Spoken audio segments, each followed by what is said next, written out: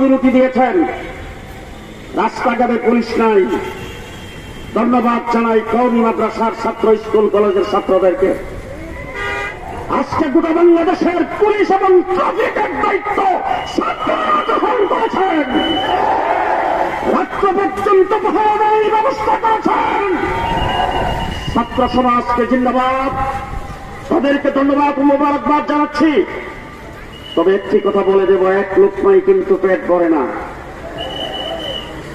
2013 সালে শাপলা চত্বরে তাহাজ্জুদ রথ, জিকির রথ, নামাজ রথ, সিজদা রথ, আলেমুলামায়ে কেরামকে পাখির মতো গুলি করে রাজপথকে রক্তে রঞ্জিত করা হয়েছে।